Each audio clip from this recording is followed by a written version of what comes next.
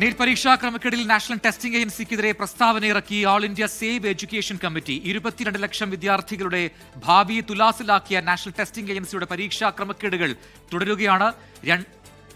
2024 NEET UG പരീക്ഷയിലെ വൻ അഴിമതിയും കെടുകാര്യസ്ഥതയും അതിലും രൂക്ഷമായി ആവർത്തിച്ചിരിക്കുന്നു.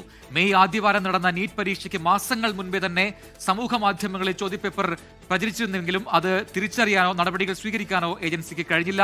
എൻട്രൻസ് കോച്ചിംഗ് ലോബിയുടെ സ്വാധീന വലയത്തിൽ ഏജൻസി ഉൾപ്പെട്ടോ എന്നാണ് സംശയം. നാഷണൽ ടെസ്റ്റിംഗ് ഏജൻസി പൂർണ്ണമായി പിരിച്ചുവിട്ട് പരീക്ഷ നടത്തിപ്പ് അതാത് സംസ്ഥാന സർക്കാരുകളെ തിരികെ ഏൽപ്പിക്കണമെന്നും all India save education committee Kerala ഘടകം ആവശ്യപ്പെട്ടു.